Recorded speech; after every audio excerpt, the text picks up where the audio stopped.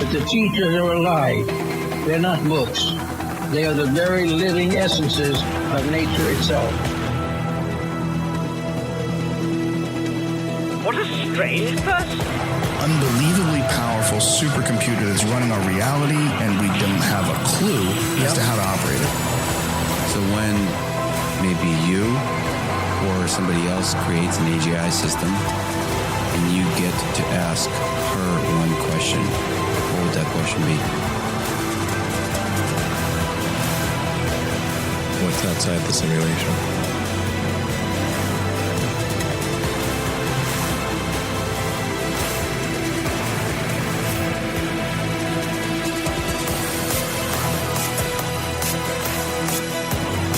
Say in your mind, say to yourself, I am more than my physical body, because I am more than physical matter.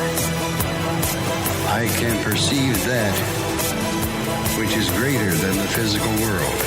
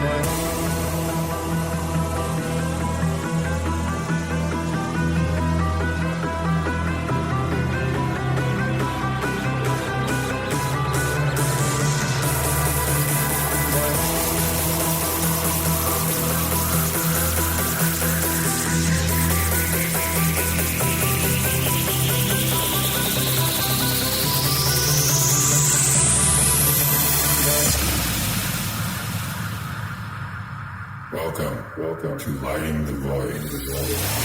All broadcasting from New York, upstate near the Great Lakes. I'm Joe Roop. This is Lighting the Void. Tonight, it's Cosmic Conditions with Mary Dusina, our October 2020 Cosmic Conditions special edition of the broadcast. The Halloween, I would say, edition of Cosmic Conditions. Don't worry, Mary will still be around again this month for the FringeFest.com. You guys want to make sure you buy tickets to that. We'll be giving away 2 tickets tonight, thefringefest.com. Sign up now, $15 all weekend pass. Clyde Lewis, Jordan Maxwell, Karen Dahlman, Linda Godfrey. Ryan Gable's going to be there. Jason Benoit, the country singer, is going to be there. Steezy Stevie's going to be there. Guy Winters. Who else? We got new speakers, too. We got more speakers. Jeremy got a speaker to come on. Y'all know her. You're very familiar with her, by the way. Mary's going to do a presentation, too, actually. This is all going to be on video at thefringefest.com just a couple of weeks from now. It's cheap. The tickets are dirt cheap, and the seats are limited, and they are selling. So you might want to grab them so you can come hang out with us on video. We're also going to have breakout rooms, all kinds of cool stuff. Alana Freeland's going to be speaking too. I can't think of everybody's name off the top of my head, but it's really cool. We're going to have cool T-shirts. We're going to do some fun stuff. It's going to be different. You better make it. You're going to miss out. Plus, with the $15, you get all of that stuff. You get all of the, you can go in and out as much as you want the whole weekend. You're going to get to hear the Dead again, too. But you get a recording of the Fringe Fest, the first official Fringe Fest. You want to say you were there for the first one, because they're just going to get better after that. All right, so what else? Make sure you download the Fringe FM app from Google Play or iTunes or Alexa. Use the shout-out feature if you like, although, Mary, we do call-ins here with Mary. But use the shout-out feature if you like to leave us a shout-out. Also, there's a news feed there. It's got a cool alarm clock on it. It's way better than our old app. And if you still have the old app and you're wondering what happened, well, you need to delete it out of your phone, because when you go back to the Play Store, that old app isn't going to be there. It's going to be long gone. All right? So we're going to do our Cosmic Conditions show with Mary Dusina. She's going to give her your message. Or her message, excuse me. And this is what everybody wants to hear. This time we will be recording the phone calls. Last time it got cut off, and I apologize about that. But The call-in number is 1-800-588-0335. We have 4 lines, so they fill up quick when Mary gets on here. So if you want to go ahead and get a jump start, you can, but we're going to open the phone lines up after she delivers the message and after she goes through the signs. Now, if you don't know who Mary Dusina is, I don't know how you can. She's done so many shows here lately. She's blowing up in fame, and she deserves to be because she's a legitimate psychic. It took me a long time to sift through a lot of people on the show to find a real one. Not only did I find a psychic, I found a friend and pretty much a family member, and she's been here for a long time, and I consider her the mother of the show. And she was born on Halloween, by the way, so that's perfect. Did one of the first call-in shows. No, it was the first call-in show in Tampa, wasn't it? The first psychic call-in show in Tampa, Mary? Right? Yes, it was. So you're a trendsetter already. Anyways, MaryDusina.com, MaryDusina. That's the website to go get one of the best readings you've ever got and some of the best guidance you'll ever get in your entire life. Mary, thanks for coming back on. Thank you so much for the validation, Joe, and blessings to your wonderful, loyal audience. Love you guys. Thank you for all the messages that I got all day for a couple of days about what's the number, when can I call, what sign are you talking about this time? So thank you all. Thank you for your loyalty. And, of course, I love October, and we want it to be Rocktober instead of Shocktober. And so this is a different kind of new moon. If you listen to any of the other mystics and astrologers out there, when we look through our celestial spice rack, and when we come each month, we come to the seed-bearing time, which is the new moon. And just to kind of refresh you and teach you a little bit about the celestial mechanics each month, this month, the new moon is the sun and the moon. They marry or they join forces, which is why the ancient astrologers will say they marry or they are in harmony at a new moon. Just the fact that the sun, the great star of our Milky Way, and the moon come together in the same sign. So it's kind of like double your pleasure type of a thing. Before we look at any other planetary relationships or aspects, as we call it, the sun and the moon join forces every month at the new moon.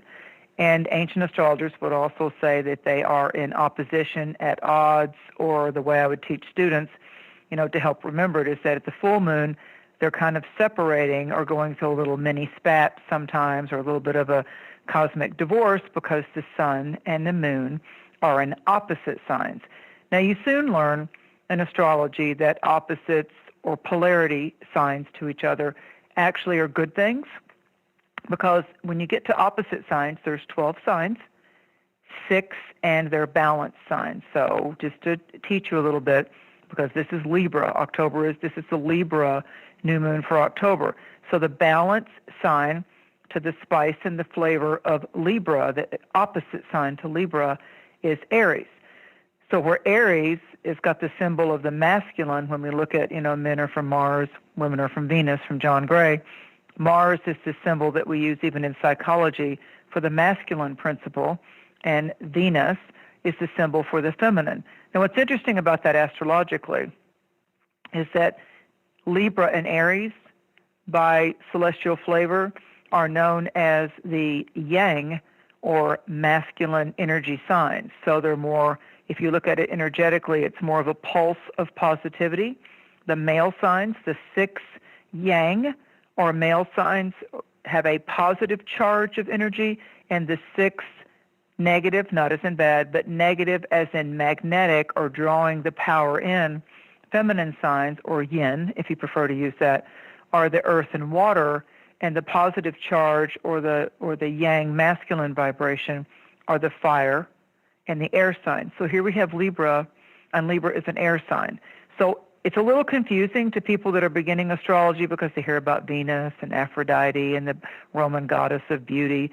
But although Venus represents the pleasure principle, and Venus represents how we can come together and not be divided and at least appreciate each other's point of view without anybody necessarily needing to win the prize or be right all the time, but just have that humanity congruence of appreciating everybody can contribute something. Everybody has some type of valuable insight or opinion.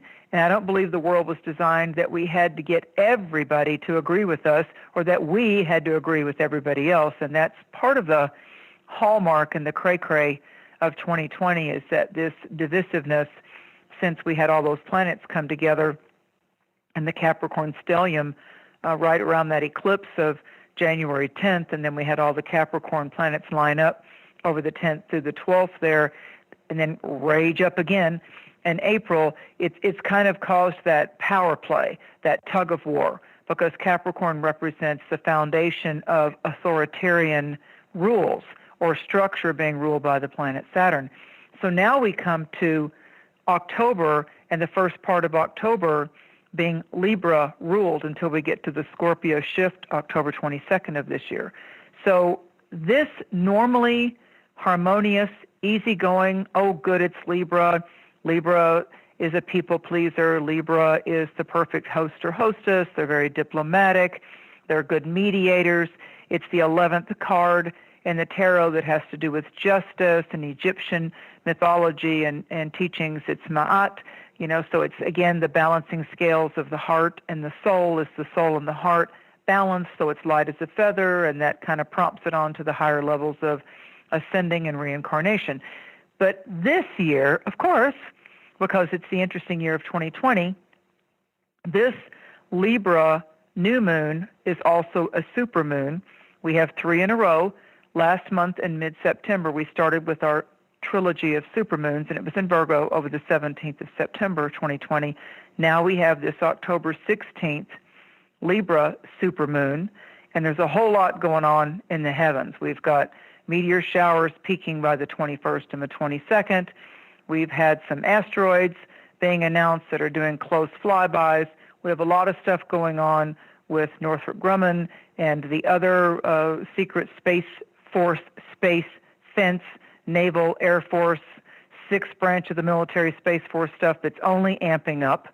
And I believe with the shift when we come to the great Yuletide conjunction of Jupiter and Saturn coming together in the space sign of Aquarius, I've been talking since the eclipses of June, July of this year, that everything to do with the heavenlies and the space and the sky world and anomalies to do with stars and space and unidentified or identified flying objects, whether it's stuff that our dark ops are creating or that we have other countries or off-planet intelligence messing around with different kind of things.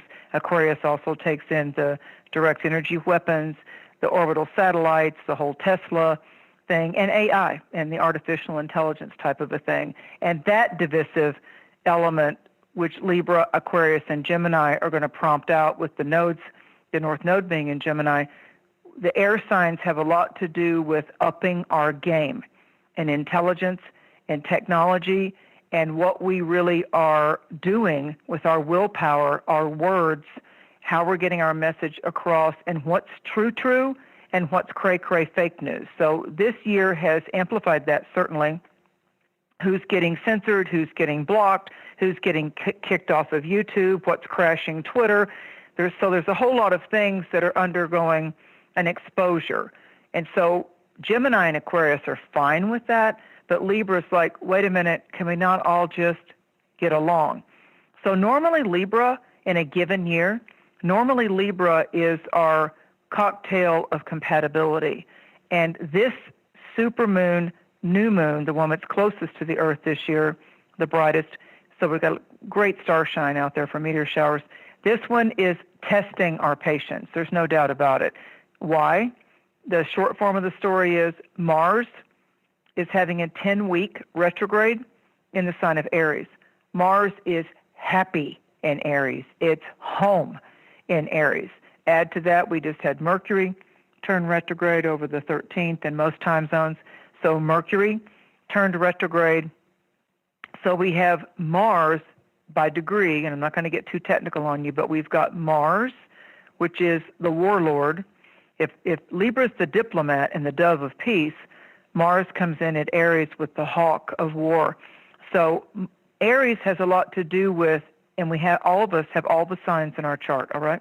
So Aries, being the first sign of the Western zodiac, Aries is the part of us that has a lot to do with how we project our ego outward, and it has a lot to do with how we fashion the strategy of our willpower and obtaining our desires, mainly our wants, more than our needs. So when you get Mars strong and you get Aries strong in an astrological recipe, Aries is like, I want it now, I don't want to hear why I can't have it.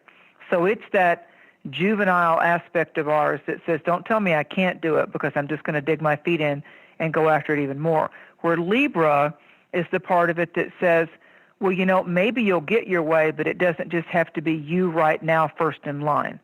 So we've got Mars and Aries clashing with the Libra factor right now. So Venus is like, stop pushing me, stop telling me what to do, stop pushing me, and don't tell me what I can do and what I can't do. So that's going on with that mix.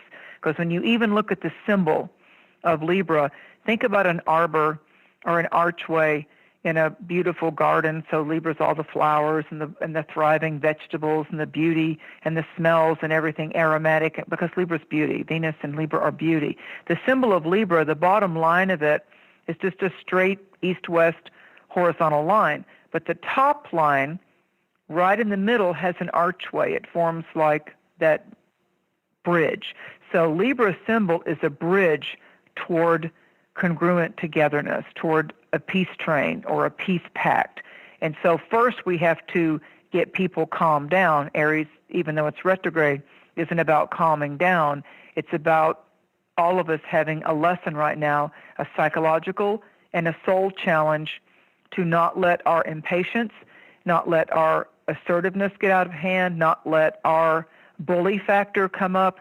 The new archetype that's opened up, obviously, in 2020 started out with that cat meme and the woman that was always bemoaning and griping, and they named it Karen. So we have a modern archetype right now called the Karen. And the Karen's either whining or bitching or pointing fingers.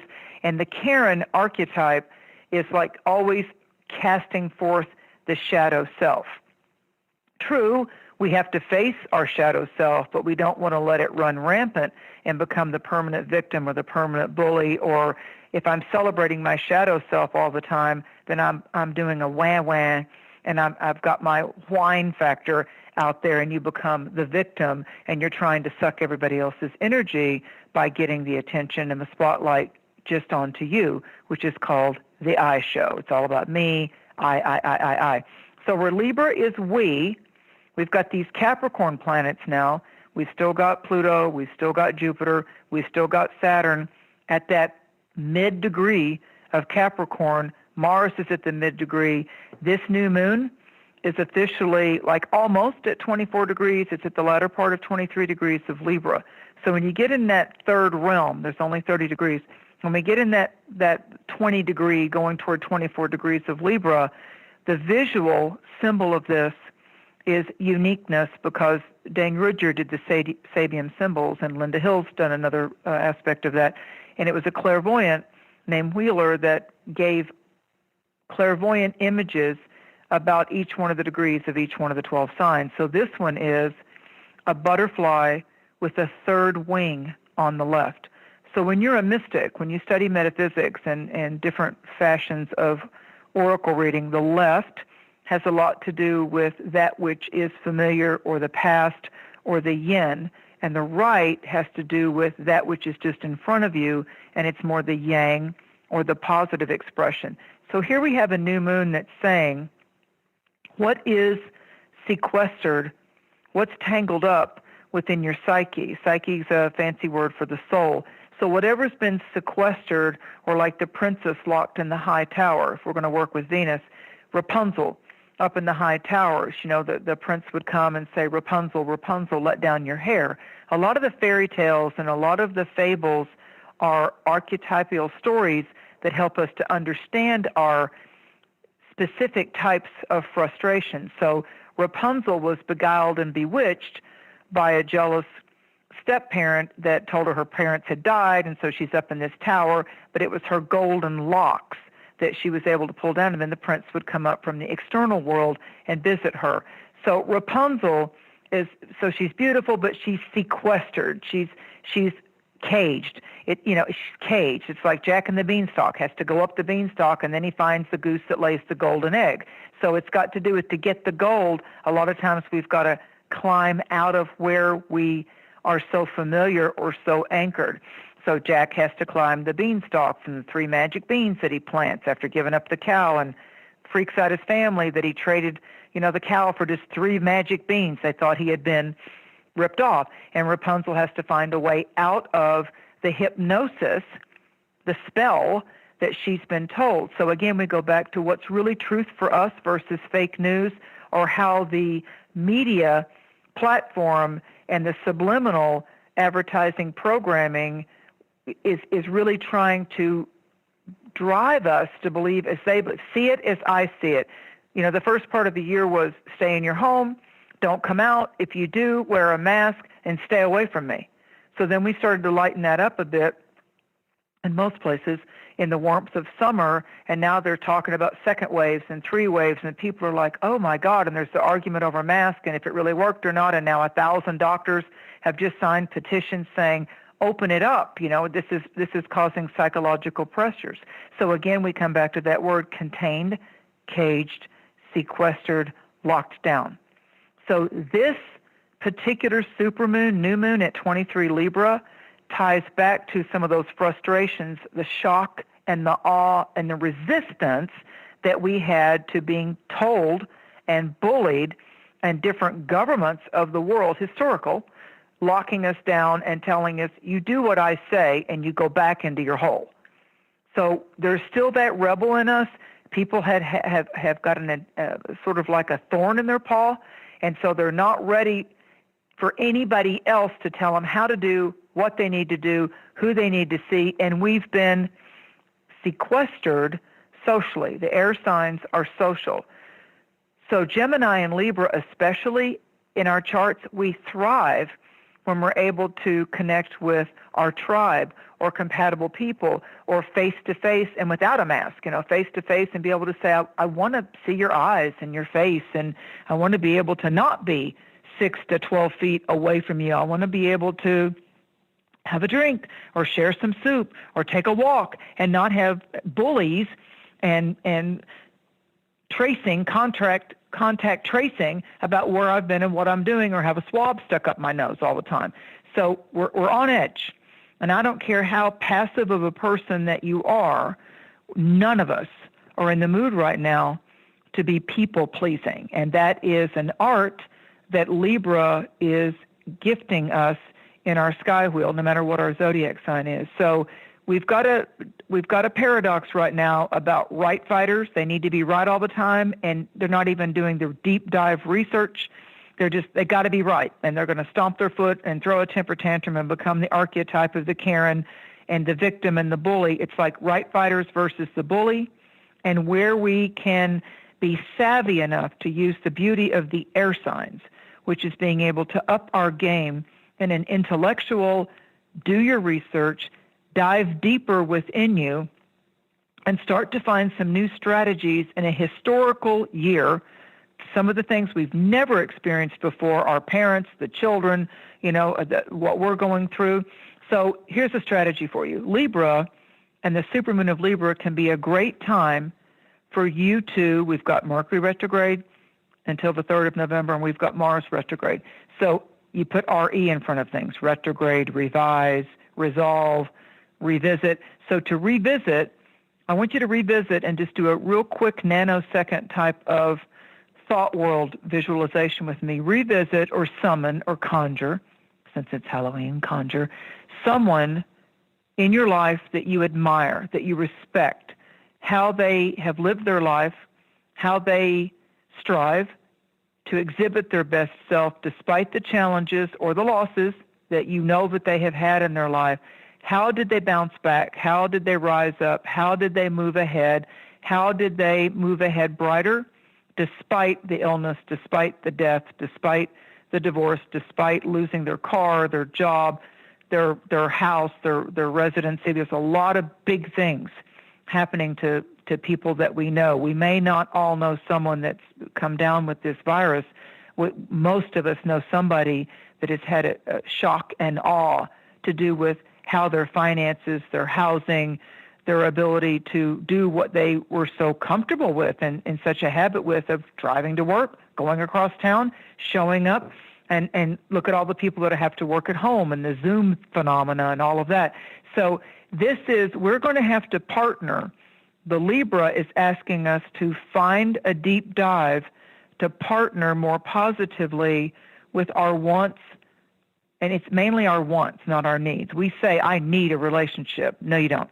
You want a relationship. You want social compatibility. You want the ability to be entranced and enthralled and to be able to laugh and lift a glass and cheer on somebody, and we've been sequestered. So we've been the prince in search of helping the princess out of the tower, and we've also been the princess in the tower.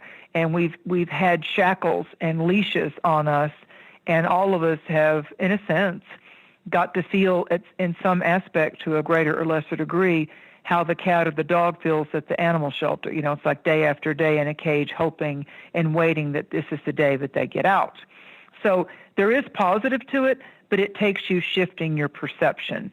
So just, you know, when you hear this show in the replay, when Joe gets it loaded up on YouTube, the best aspect of this Libra enhancement, the Aries clash, and the Capricorn dynamic until we finish out this year, really till we get to Yuletide, is to who is it you admire? Is there a fictional character? Is there a historical character? Is there a nonfiction person in your world that's either passed from this world, and when you reflect upon them when they lived their life, they really were a champion of the challenges that came to them. So when you're a champion, when you go through loss and challenge and you can champion that and rise back up better, even though the experience was harsh or horrible or horrific, and you can rise back up and find the good and find a cause and embrace your life and realize it's all temporal, when you can step forward and say, you know what, that was really, really hard, but it tempered me. It balanced me. I don't take people and situations of compatibility in a complacent way anymore. I really get it that in a second my life can change. People can be out of my life. You know, your whole world can change with an accident or a breakup or a loss. So Libra is reminding us to find the fruit of our labors and to strive to up our game and be more creatively embracing of what our soul lessons are in order to obtain with gratitude, which gratitude is a fuel, really, it's a skill, and to be able to blend gratitude with discernment, okay, because Mercury's retrograde, so the answers lie within you right now. I'm not going to tell you it's easy externally out there. It's not. October is as intense as April of 2020 was. So we're either tangled up in a web of frustration or we're weaving tapestries through our inner world skill sets of needed changes. So you don't want to be the right fighter. You don't want to be the bully. You want to look at and look over, go in and look at past opportunities, past challenges, and reclaim your power. Even though we've been externally sequestered, it's put us into looking, it's slowed us down enough to look at how we can champion through the beautiful, magnificent soul maestros that we are. We have supernatural skills. We are mechanics of supernatural frequencies, and this is a good time for us to learn about that. And so Libra and the Venus factor is saying, look, Mars is retrograde right now, and so it's looking at our old ways that we shot, as they say, shot yourself in your own foot, or the old sayings, you cut off your nose to spite your own face, or you're getting in your own way, stop getting in your own way. So the ego says, I don't care. That's a signature of who I am, and I don't want to have to work on myself all the time. This is just a grand opportunity to do that. And of course, it's up to you to whether you want to deal with unresolved factors within you and allow yourself to have liberation. When you think about Libra equals liberation. It equals liberation. So it's a bridge of compromise. Because Mercury and Mars are retrograde, here's some of the interesting phenomena of the magic and mystery of trick-or-treat and Halloween. Past connections, people that you didn't think you'd hear from again. It's a very strong masculine vibration right now with Mars retrograde. We can get a lot of positive now and some good karma for when we took the high road with past relationships or past scenarios. We may hear from people from the past, and some of it, I've got people saying, I heard from like 3 people from past jobs and all that were checking on me in one day.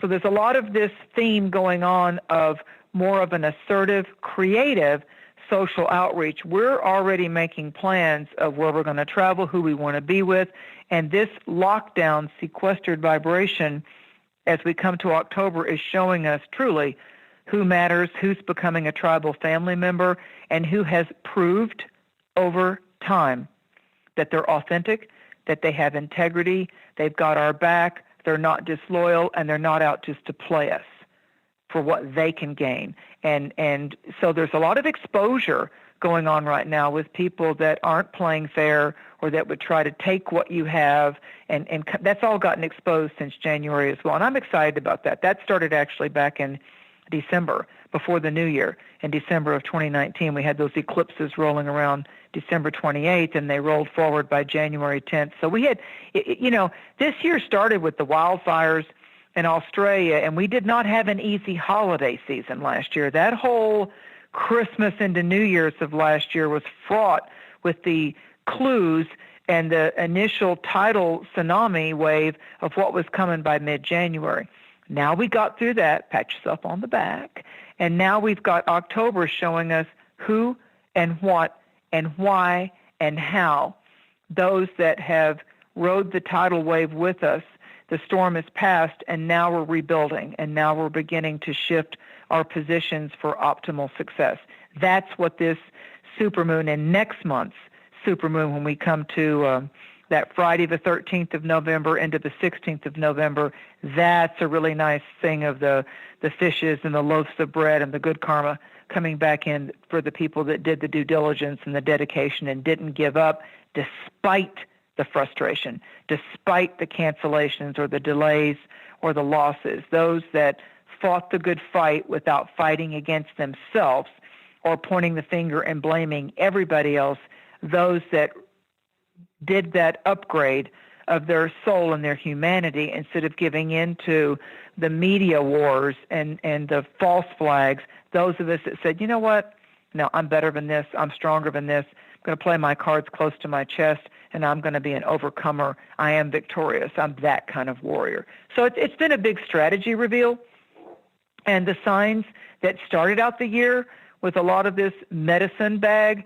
that they had to really work on themselves that got hit the hardest, Aries, Libra, Cancer, Capricorn, absolutely, absolutely. Now the benefit, if you're an Aries or a Libra right now, the benefit for Aries is that part of the graduation, we've been in the classroom and the lessons of 2020, but part of the graduation is Aries people being able to say, you know what, because of what people haven't done right to me or around me, be it business or personal, I'm finally standing up for myself, and I'm finally not putting myself last when it comes to the very thing that I desire.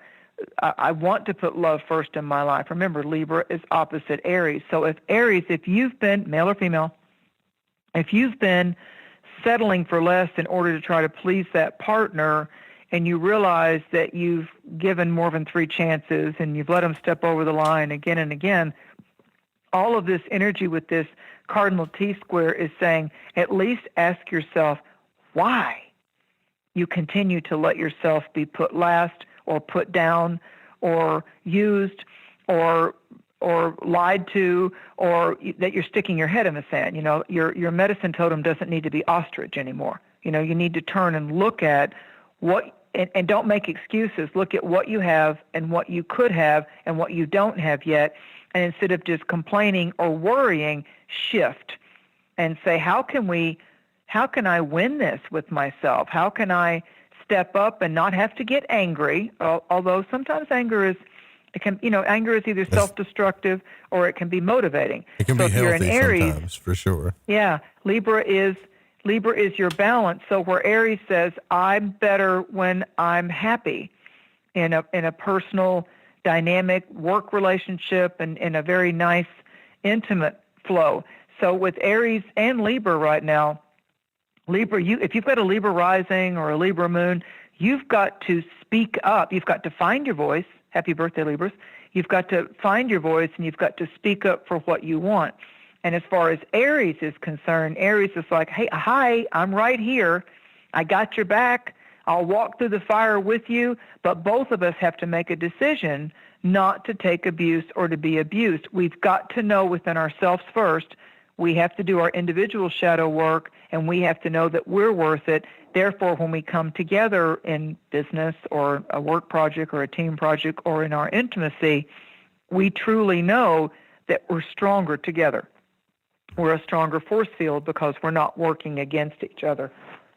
And for Aries or Libra, if you don't have that yet, that's your priority right now. What if you got both? Even stronger. It's just a double whammy, which is good, which means if you have both, well, if those of you that have Capricorn, Cancer, Libra, Aries pronounced in your chart, a moon, a rising sign, a sun sign, if the cardinal signs, everybody out there should find out where their Libra and their Aries and their Capricorn is in their chart for the rest of this year, because we've got a lot of stuff coming up as we come into Capricorn again. So this is a time for the cardinal signs, especially the top three, Aries, Libra, Capricorn, to understand and look up what those houses are in your earth birth chart, sometimes called the nativity or the natal chart.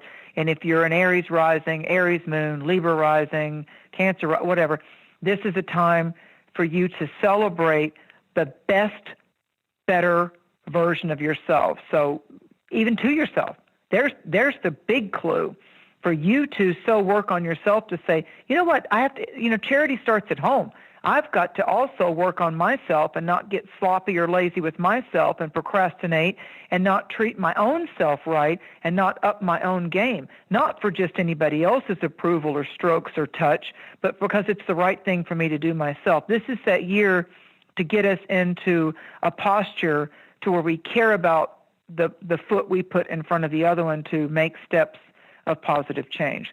So I would say that until we get to the 22nd of October, primarily the first 3 weeks of October have to do with a lot of awareness, a lot of reckoning, a lot of reconciliation on not putting up with other people's mistreatment.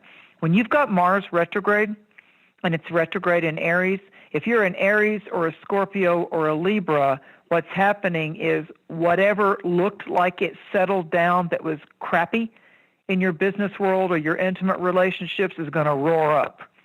And the next two signs, Taurus and Scorpio, this is the psychological, embryonic time of the year for anybody that's got a Scorpio moon, Scorpio sun sign, Scorpio rising. So Scorpio, people with a lot of Scorpio in their chart right now, careful, you're going to get caught because there's no way that somebody that's a Scorpio right now, Libra is the sign before Scorpio, so this is comeuppance. This is like really good things.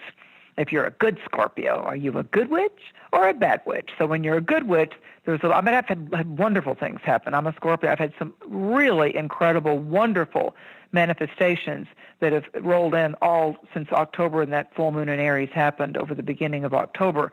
And so, but if you're a Scorpio that's an energy vampire and you're taking from people and you're hurting people and you've got sinister agendas, Machiavellian type of things that you're doing, and you're pulling off of someone else's energy, and you know better, and you're doing it anyway, sucks to be you, because you're dealing with the 12th house, you're dealing with the karmic boomerang, you're dealing with one of the co-rulers of Scorpio. Mars is retrograde in Aries, and so that's the volatile, volcanic part of karma.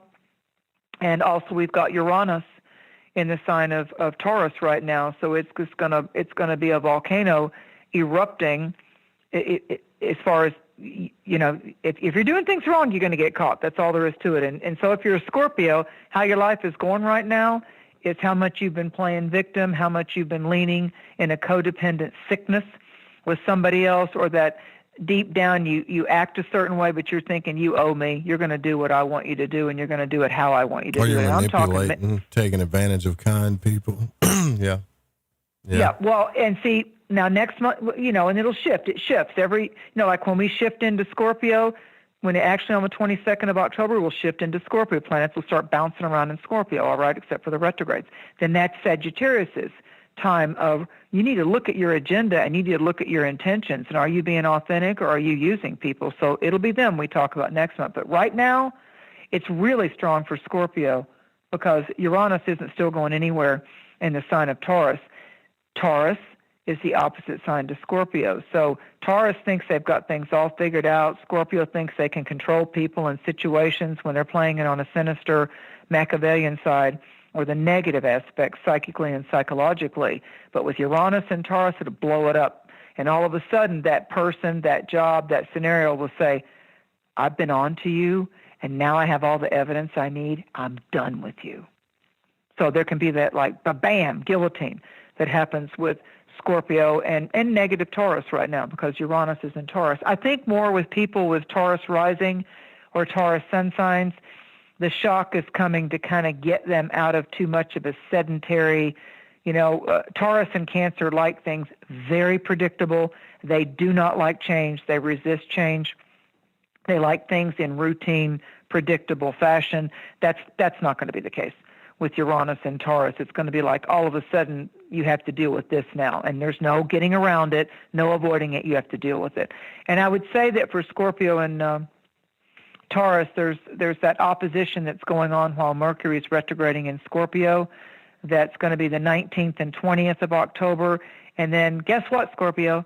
There's going to be a blue moon, full moon. October opens with the full moon in Aries, closes with a full moon, a blue moon, the extra full moon in Taurus over Halloween. And there's not been a full moon, blue moon on All Hallows Samhain since 1944. So it's like 2020 has all these really historical, bizarre, it's not happened since, and there's like so many of those. So that puts even more of an impact on Scorpio and their personal life.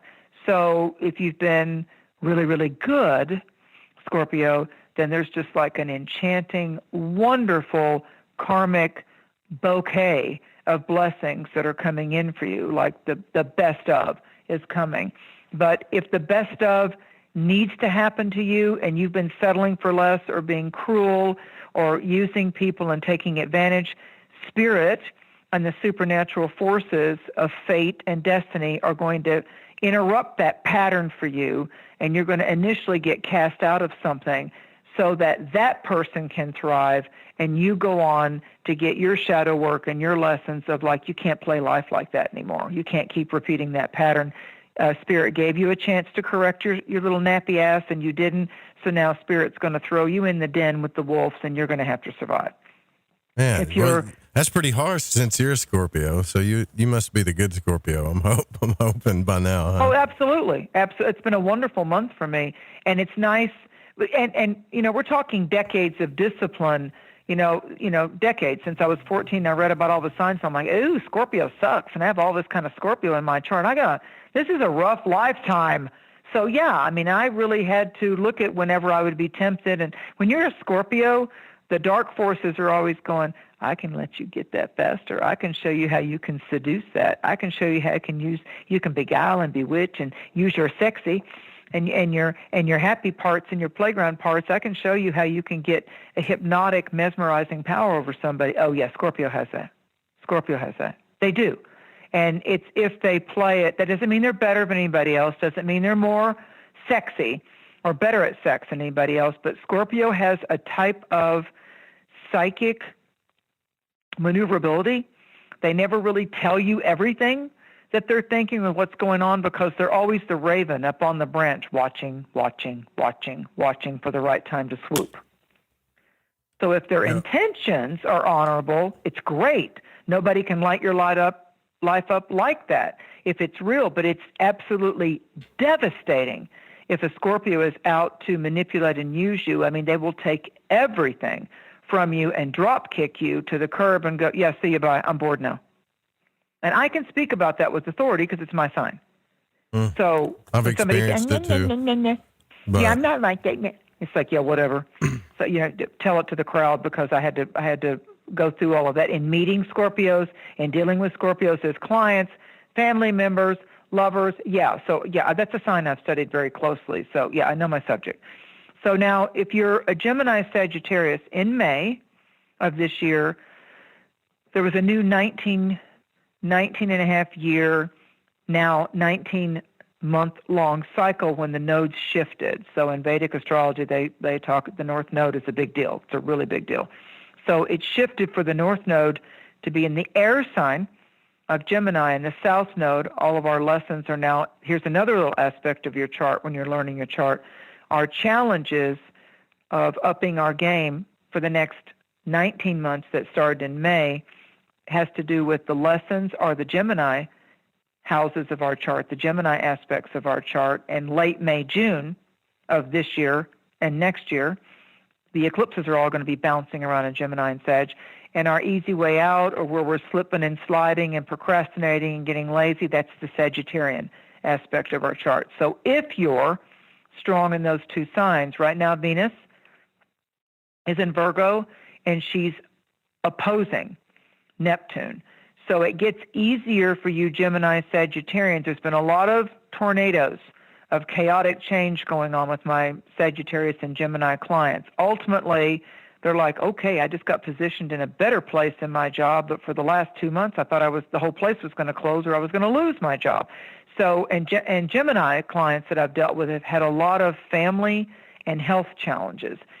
So this is an 11th, 5th house type of spin for you with the Libra. So there's a little bit of pressure off, and it gets even better around the 28th of October. So hold on if you're a Gemini Sag, but when we get that opposition thing going on right now with Venus and Virgo opposing Neptune and Pisces, Gemini Sagittarius could have their hours all taken up with ferreting through the paperwork or trying to get the financial books to balance or people to do what they need to do to be a team player and not dump it all on the Gemini or the Sag. If you're Cancer Capricorn, this new moon over the 16th going through the 18th here, we're in this, the new seeds planting, this Libra energy is starting to let you know why the relationship broke up, why you need to move, sell the house, invest in something else, downsize, upsize, whatever it is.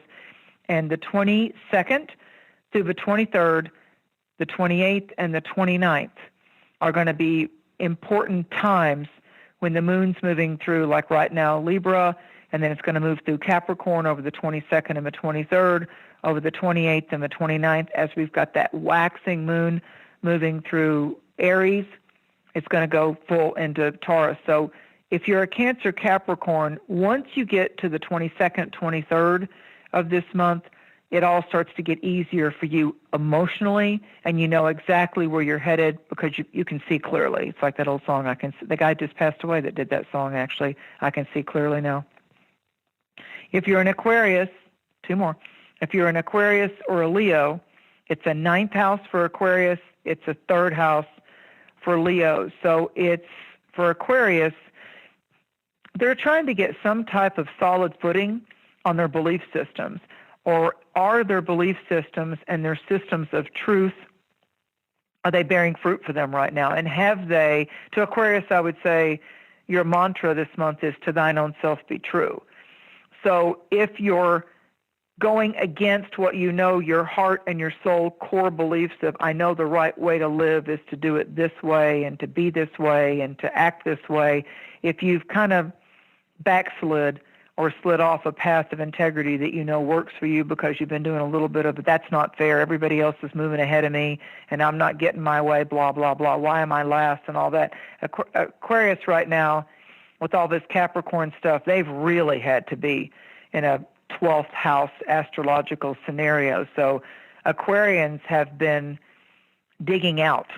It's like they're trying to dig out of a prison, but it's a self-imposed type of prison. Like they got themselves there, and they got to figure out not just how to get out, but a very positive way to get out of their own shadows and their own darkness. So I'd say it's the most powerful year for for anybody that's an Aquarius or an Aquarius rising that they've had for 28, 29 years. And if they're not 28 or 29 years old yet, then they're going to really remember 2020. Most of us are, but Aquarians are like, oh my God, I had no control.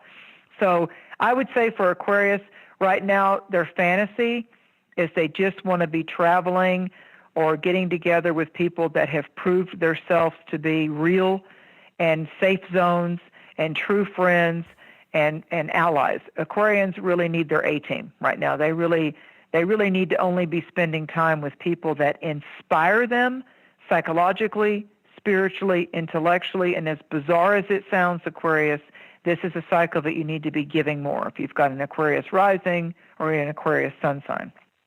If you're Leo, it's how you say what you say, how you're wordsmithing it, texting it, emailing it. You can easily be misunderstood with the compound factor with Mercury retrograde right now and Mars retrograde in Aries. Although Aries is compatible to Leo, Leos could be letting the words slip a little too quick. Like they could be thinking out loud. And when you're thinking out loud, you can let those words fly as weapons, and you didn't mean to add insult to injury, but it can happen. So Leos are tired. They're frustrated. They got a lot on their plate right now. So if you are involved with a Leo friend or mate, cut them some slack. Cut them some slack.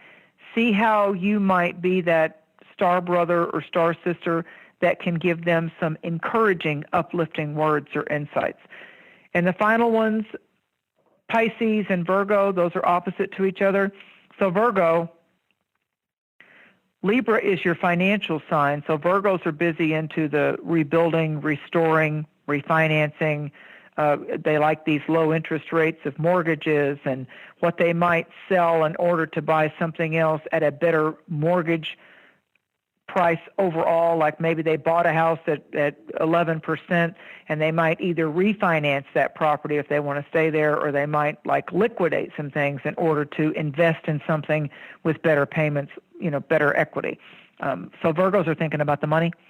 And Virgos right now with Venus in Virgo, the banker, the lawyer, the legal paperwork can go pretty favorable, even though Mercury is retrograde, because I don't have to tell a Virgo they're ruled by Mercury. I don't have to tell a Virgo to read the fine print. They're reading it before we even think about it. If you're a Pisces, it's a third house thing. And Pisces right now, I feel with Pisces, they feel like they don't have enough room to breathe. Like everybody's piling in all their complaints and all their needs on top of the Pisces people right now. So Pisces feel like that they don't have enough time alone. And Pisces could be going through some needed dental or medical, or they need to fix some things that they probably put off, because Libra and Pisces get caught up in that same thing. They end up losing themselves in a sense, getting wayward because they're trying to make everybody else happy. That brings them pleasure, that gets them attention. And when you try to work real hard to make everybody else happy and you drain yourself, then you didn't get to the dentist and you didn't get to the doctor and you didn't get to the gym and you didn't take care of your nutrition, and then you get run down just like a wind-up toy. So with Pisces and Virgo right now, Virgo's taking it and taking the ball and running with the material world, and Pisces right now needs to do simple things like go get reflexology, go get a little bit of a massage, go to the chiropractor, go ahead and carve out a niche of time and a little bit of that money to take care of you, so the problem health-wise, holistically, medically doesn't compound. If your shoulder's hurting, don't keep on lifting heavy things and then end up having a frozen shoulder or a dislocated shoulder. So Pisces needs to really temper themselves. And let's not forget, for all of us, as I finish this, for all of us, Libra is about balance. So the first thing Libra does when that comes around once a year, when the sun and the planets start tripping around through Libra, is ask us, where do you feel like you really got a nice balance in your life, and where do you feel like there's too much take or too much giving? Because Libra is about, is someone taking too much from you? Am I taking too much from somebody? Am I taking too much energy? Are my expectations too demanding? Am I doing my part? Or are we giving enough?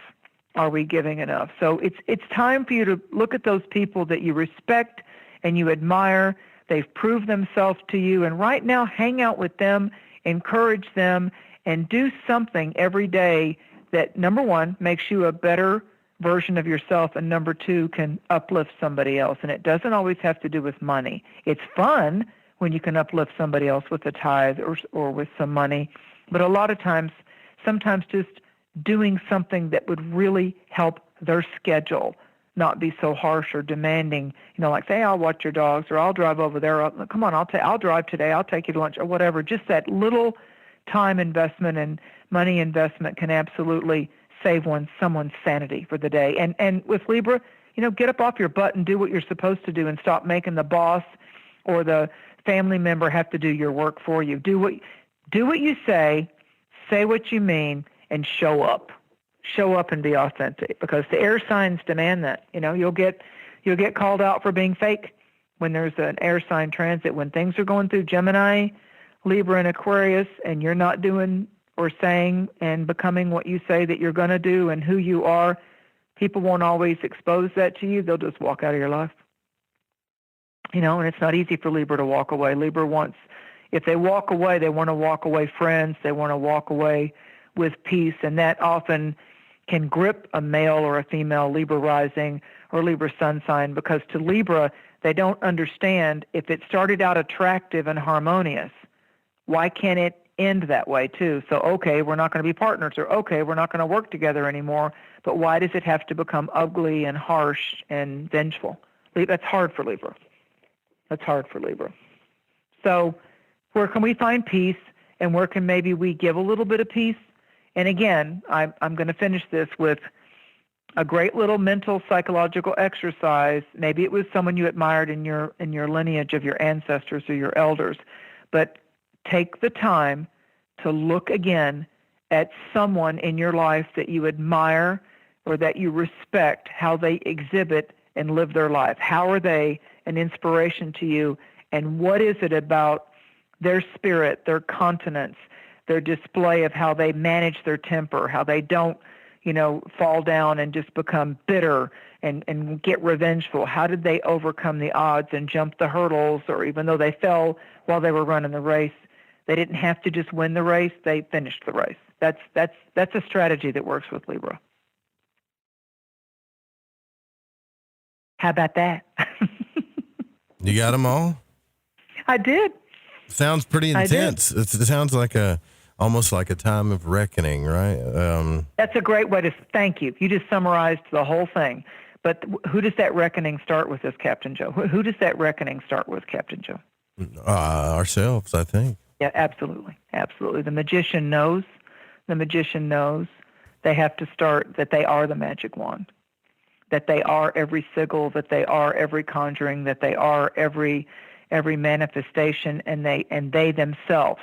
If we don't work on believing in our own selves, you can't manifest if you don't summon the feeling that it's possible, that you deserve it, and that you can receive it. So if we're the magic wand, we're the broom, we're the magic wand, we're the words, we're how we put it together, and we're also got to be the results of that. So if we don't first take it to ourselves, how do we expect anybody else to really see us for the magic that we are, or that we claim we want? Right. Yeah. And each and every one of us is our own creators of our reality. It's just hard to see sometimes, but there are times. I love the word you used. The reckoning. Yeah. The reckoning. Yes, that's a perfect way, because this is such an intense supermoon. Number one, just the fact that it's a supermoon. When we have a supermoon full moon, like we did, back in May at the flower moon, or we have a supermoon new moon, and we got 3 in a row. September was, this one is, and November is. So everything is ramped up, this year. And when you think back again to our 12 signs and their polarities, so Libra is tying back to the last 2 weeks of March. That's when we went into lockdown. The last, that right there at the Ides of March, when we were shifting out of Pisces into the turning of the wheel of the year at spring equinox, that's when everybody was going, what? What's going on? So that was that beginning of Aries, shifting from Pisces to Aries. And so now this is the April aspect of 2020? What have we learned? That's another way we can reckon. What have we learned since? Look back to what started to shift and cancel and change in April.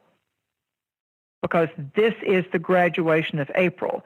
And as we get to the 22nd of this month, as the sun starts to shift into Scorpio, this ties us back to May. And that's when we were starting to see some of those restrictions really start to come off. And I'm mainly talking about United States and America. I really am. I know Australia's just had it horrible, absolutely horrible.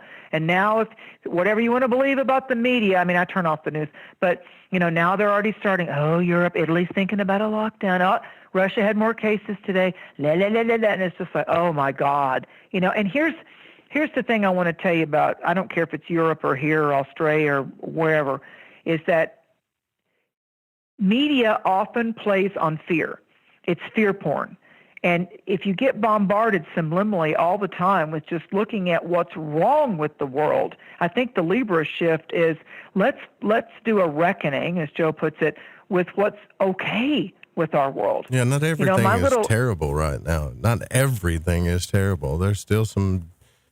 You can still go out and have a good time or enjoy your life if you want to, actually. Absolutely. And you know what? It's making the moments like with your son or our friendship or the people that sparkle in our lives. It's really put a pregnant pause and the power of it being poignant in our life. It's just like, you know what? I have peace when I'm talking to that person, or I feel good when I think of that person, or I feel good when their essence and their energy, whether I think of them or I talk to them or I get into the electricity of their aura, I'm empowered with them because I don't have to watch my back. I know they're real. I know he's real. I know she's safe. And I know no matter if we agree to disagree, I know that they're good in my world. And that's what we need to build right now. That's what we need to reckon. Maybe it's reckoning and respect.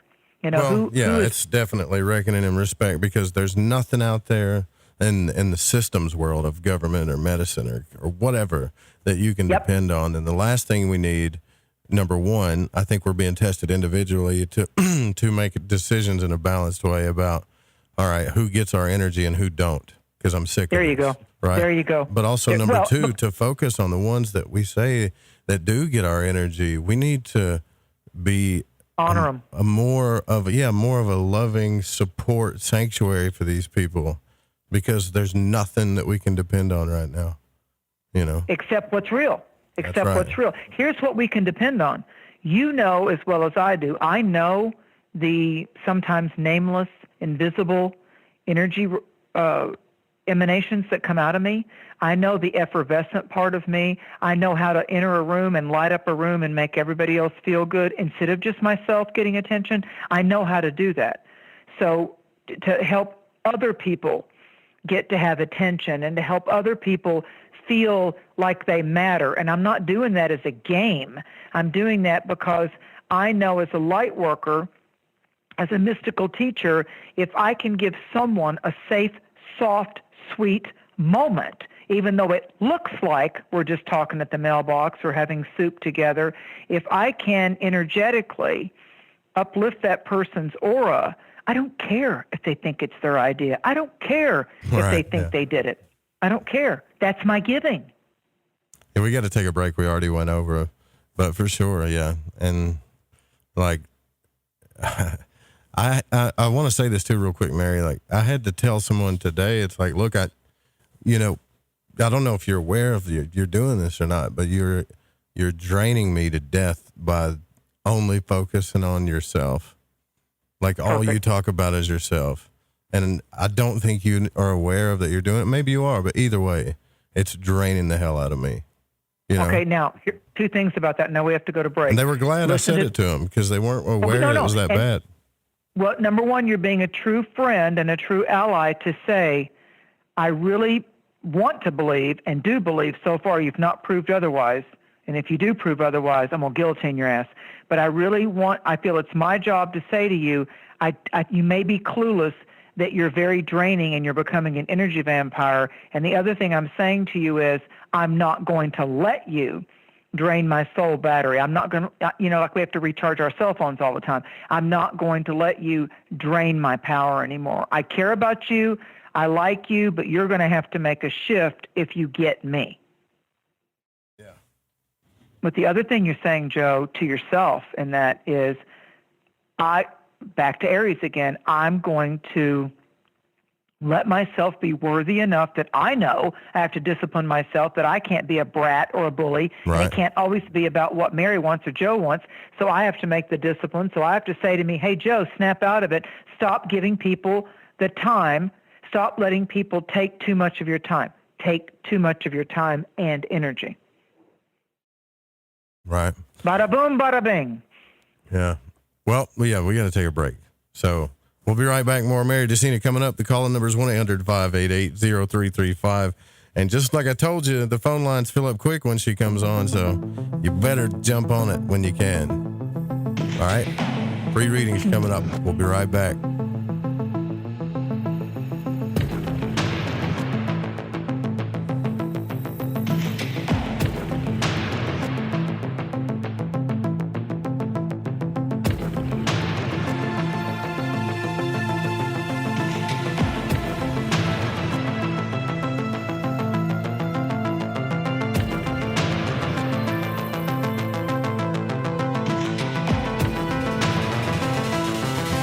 This is the Rogie Report News on the Fringe FM.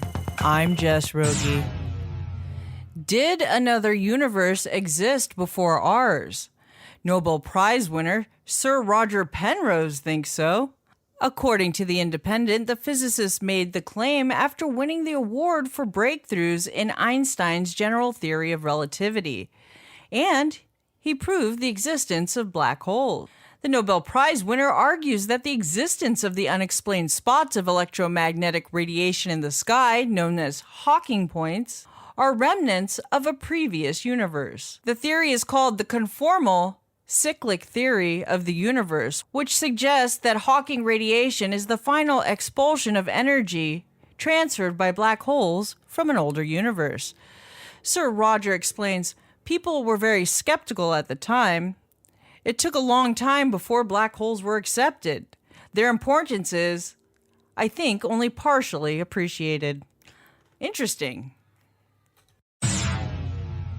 Ironically, a space startup CEO warns of too many space startups filling up Earth's orbit. Rocket Lab CEO Peter Beck told CNN that the orbit is becoming worryingly congested. SpaceX has been sending up thousands of Starlink satellites, and finding a good time to launch rockets has become increasingly difficult. Also, ironically, Rocket Labs has sent up 55 satellites, and according to CNN, SpaceX and Rocket Lab are not sharing real-time location data of the rockets or satellites, making collision more likely. Which states have the highest level of paranormal activity? According to SlotSource.com, Texas leads the race with 6,845 sightings of specters, followed by California, Ohio, Michigan, and Illinois. Now, if you want to go somewhere with less ghosts, move to Kentucky. Residents there have only seen 1,036. And speaking of the paranormal, have you ever wanted to go ghost hunting, but didn't want to leave the house? Be your very own Zach Baggins and take your friends on a ghost adventure. Phasmophobia is the fear of ghosts, and a new co-op VR game that allows you to virtually ghost hunt with friends. The game is in early access currently and is available on Steam.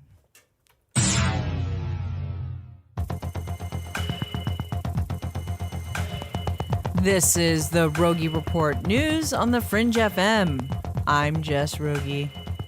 This is Dancing Dave from Surviving the System, and you're listening to the Fringe FM. Remember, ladies and gentlemen, when the a best horrific revenge tragedy is befalls success. a man,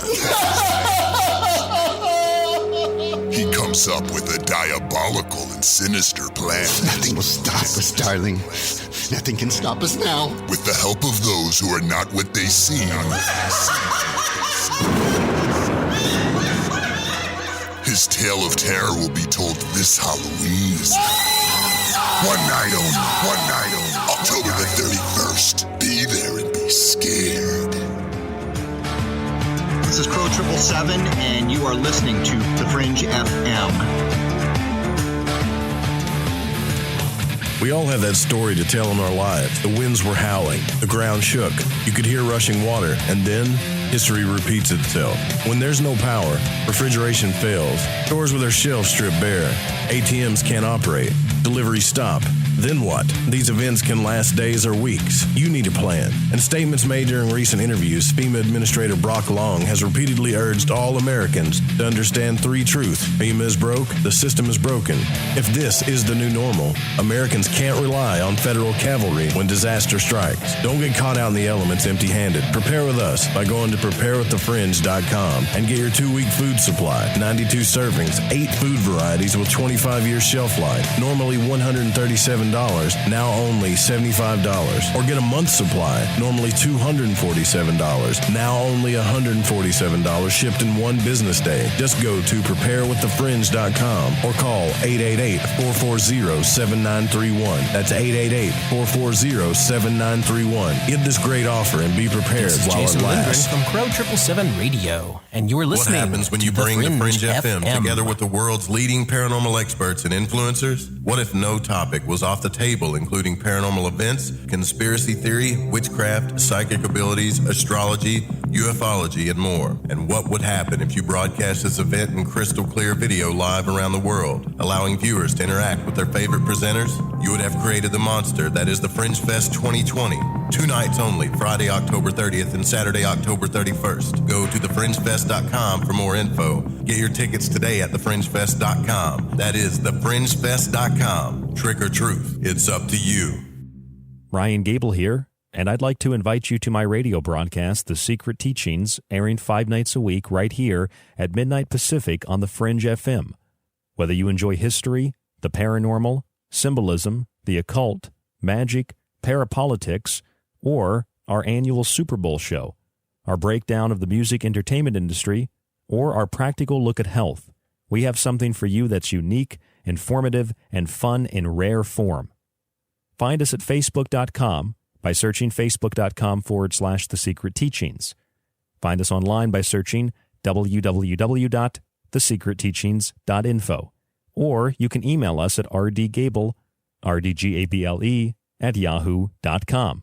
That's The Secret Teachings, Monday through Friday, right here at midnight Pacific on the Fringe. This is Barbara FM. Charlton from Metaphorical Archaeology. If you've ever had a traumatic paranormal experience, the effects of it may stay with you for years. Who do you talk to? You can't go to conventional help. What we do is we use emotional freedom techniques or tapping to actually neutralize the effects of that event. Maybe when you tell the story now, your heart races and your palms get sweaty. You don't even want to think about it because you don't know how to neutralize that. That's what EFT tapping does. It neutralizes those emotions. The circuit that was recorded on is gone. The energy flows freely and you're free of it. And that's what emotional freedom is all about. We offer this as a pro bono service, but this is something that I offer because no one, it seems, is helping people with these experiences. If you'd like to reach me, it's really easy. My cell phone is 214-995-3754. Please leave a message. I will get back to you as quickly as possible. Or you can email me, barb.eft@gmail.com. And EFT stands for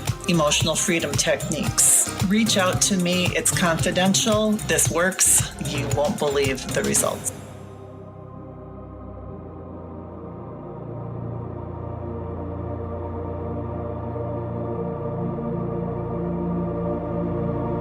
I don't know all the answers to the questions about reality.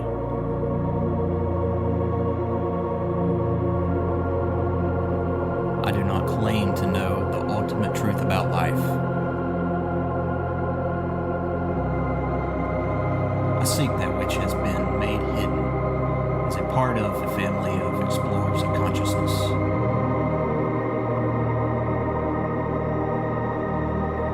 I am a void walker.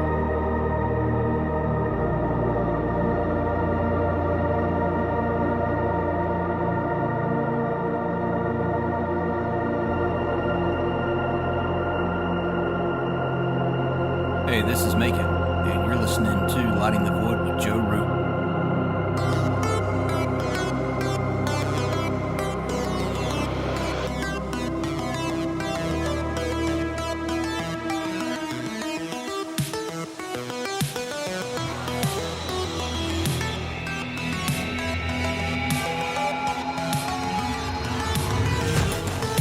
All right, I want to welcome all of you back to the second hour here. We're going to do our call-ins with Mary Dusina. Get ready. Some lives are about to get changed, as always, every time you call in here. And you know what? I hope we get some callbacks this time, Mary, from people whose lives you actually have changed. Real quick. Thank you, Joe. You're very welcome, and thank you for what you do. Real quick, before we start this thing tonight, here's what we're going to do. If you've never called into the show before, and I'll probably be able to recognize that pretty soon, I may ask you, then you're going to win 2 free tickets to thefringefest.com. Obviously, I can't just give them out to every caller, not tonight, but if you are a first-time caller, then you're going to win those 2 tickets. Mary's going to do a presentation there, too. Also, I know other people are calling in to the station number, 501-777-5631. That's the office phone. Right? If you want to call into the show, it's 1-800-588-0335. If you get busy signal or it just keeps ringing and nobody picks up, hang up, try back because the lines are full. All right, Mary, you ready to do this? Anything you want to say before we start the show? Let me just say one thing real quick.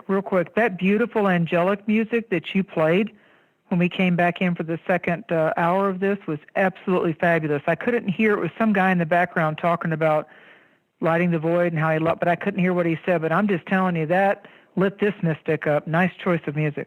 Well, I have to give all the credit to that to our very own void walker, Macon. He made that himself in total and sent it to me. He's a member I love that music. Whatever that is, find out from him, because that's some nice healing music right there. Yeah, it is. Let me tell you something about Macon, too. He's been a very good follower and listener of the show. He's a patron. He participates in our patron and our membership. He participates in the Astral Journal. He's had some pretty big experiences in his life. He's had magic work in his life for the first time. He's found a lot of happiness here with us, and he still lives his life on the reg in a balanced way. And he made that audio clip himself. Let me tell you, that's some medicinal music there. And I meant to say that. So, Macon, here's another kudo to you. The higher aspects of Libra, like Pisces, are music that heals. Dance or music that heals. Dance. All right. Let's dance. For real. Let's get this going. Let's dance with Chance. All right. So the first one up's line 1. We got 509 area code. You're on the air. Who are we speaking with? It's Chance. Hey, guys. Dance with Chance. Look at there. What's up, Chance? There we go. Yeah. Out of the mouth of the mystic. Would you like me to pick a card for you, Chance, or do you have a question, dear? I just want to know how my progress is going. So I guess, pick a card and just wing it on me. Okay. First off, Spirit, my spirit guides are saying that they want to compliment you for how you're beginning to rise with the divine aspects of trusting yourself. And they're like, tell him, don't walk so fast away from the work that you've done, because apparently you've gone through some type of, like, the picture that I see, Chance, is like walking down the railroad tracks, like back in some of those old movies where the guy walks down the railroad tracks and he waits for the train to come, and then he hops on the train so he can get to the next destination. But he's like a real freedom rider, kind of like the hobos were, like they need that independence, like a biker guy. It's like, I just want to live free, don't cage me in. And I feel like that you've somehow merged that together with, it's my spirit that's got to be free, and I just don't want to be at war with my spirit anymore. I don't want anything of this world to be in conflict with the real me that I know I need to be. So you don't want any person or anything to begin to interfere with your clear soul thinking or your intentions. And apparently you've had both challenge and some good work on that. So they're like wanting to say, good job, good job. The card that I get for you, and tonight I'm working out of the Star Tarot and my tea leaf cards that I got. You got the Hermit. Now this is the 9. And the Hermit has a lot to do with Virgo type of energies. And the Hermit is the advanced aged wise man in the tarot of the one that began the journey, the hero's journey, with the 0 card, the Fool. So the Fool starts out with his, again, knapsack on the end of a stick, and he walks out. That's it. I'm going with my dog. I'm going to the edge. I'm going to the edge. The Hermit still has that walking staff. In this deck, he's got a white owl on his arm. He's at the high point of the mountain, lighting the way for the next person that needs to go on vision quest. So you've not only embraced the hero's journey, I'm going to go up on the edge. I might win some, I might lose some, I might fall, but you know what? In my falling, I'm going to learn too. And then you learned you don't have to fall or have your legs knocked out from under you by habit or other people or situations in order to get the answers. And what I feel that you're embracing at the end of this year, the last 2 months of this year, and going into spring of 2021, is that what's been shown to you and how you've gotten out of some kind of self-imposed prisons or lockdowns within yourself, self to self, is that you're going to totally shift your perspective in your life, and you're going to be a beacon of light for other people. I think it's going to end up being the type beautiful. The people that you get around, the work that you'll choose to do. I mean, it's got to do with, I'm going to allow this to happen in my life. I may play with it for 3 months. I may play with it for 6 months, but I want my feet to feel the difference, and I want to be a part of that. It's like you've really got to tangibly walk that path. Oh, you're so empowering. Yeah, that's beautiful. That's great. Thank you so much. Thank you, Mary. You're welcome. Thank you, honey. Yep. It's a period of prosperity and abundance. You're welcome, brother. You have a good night. We'll see you at the Fringe Fest. We'll be. By the way, if you have won tickets to the Fringe Fest, I will send those tickets out to you when we email the list. So we don't have the codes right now, but every one of you that won it, we're going to send you we're going to be sending you your tickets to get in. So congrats on that. All right, let's go to the next one. Boy, that was fast. As soon as I hung that one up, one come flying in. All right. I mean, I had to hit the button fast. All right. 479 area code. You're on the air with Mary Dusina. Who are you speaking with? Hello, it's Jessica. You're Gemini from the West. Gemini from the West. How are you guys doing? From Arkansas? Very good. Yes, I love sir. October. I love October. I do. Not just because I'm born on Halloween. I just love autumn. I just love autumn and the energy. I do love the energy of Halloween, not because it's my birthday, just because it's a magical time of year. And, so is Thanksgiving. And, it is. It's just kind of like the year's winding down, and we get to look at what we're happy to say goodbye to and what we learned, what we learned. Would you like me to pick a card, or do you have a specific question? After how this year's been, I'm just going to go with the card, dear. Smart girl. Yeah. I thank you, Spirit. Spirit's telling me that it's moving you away from some kind of painful grief or some kind of painful conflict or something that was a war between the negativity to your peace of mind.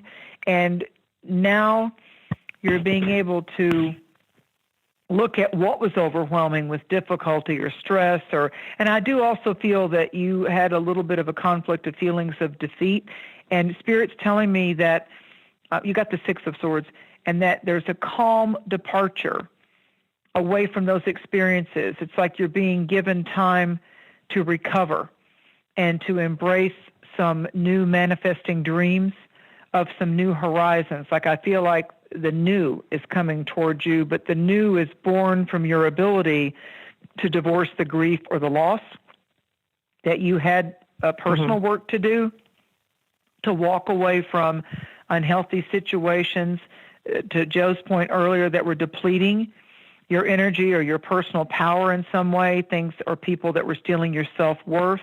And the gift, when you get to a six is in numerology and oracle and tarot, even the sixth house in an astrological chart, has a lot to do with building security, being able to actually achieve a sense of safety and security. So the gift of the Six of Swords. Swords has to do with the air element. Gemini, your sign, Libra, Aquarius, air element.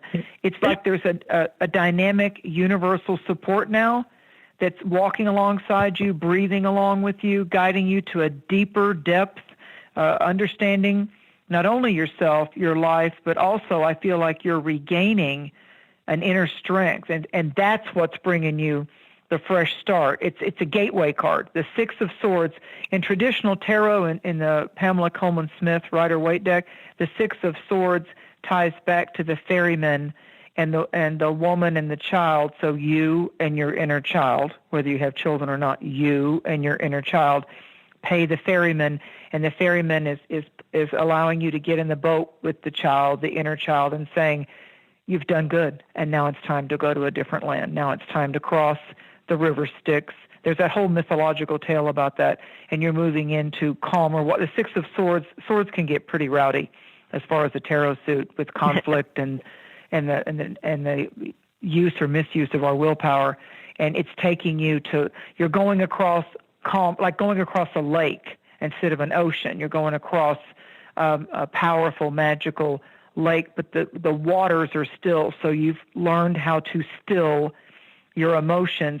When we still our emotions and enter into the silence, and as Joe talked about, the reckoning and resolving things, the imagery in our dreams and in our cards becomes calm, placid waters, which is the symbolic energy of our emotions and our moods and our feelings.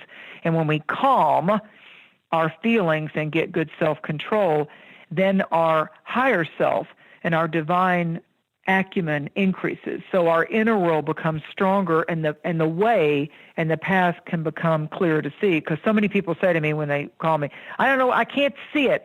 I don't know how to get through it. I don't know, why can't I see what I need to see? But there's that anxiety with that.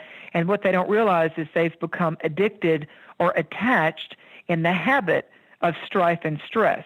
So it's become a habit. Mm-hmm. And first you got to get yourself out of the habit of life has to have drama and stress and frustration all the time. You got to get yourself out of that web. Does that make sense to you?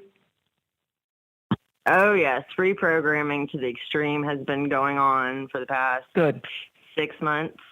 Yeah, I've been going through that too. At least. I honestly have, because in life, it gives you, or at least in your perception, life has given you crap forever.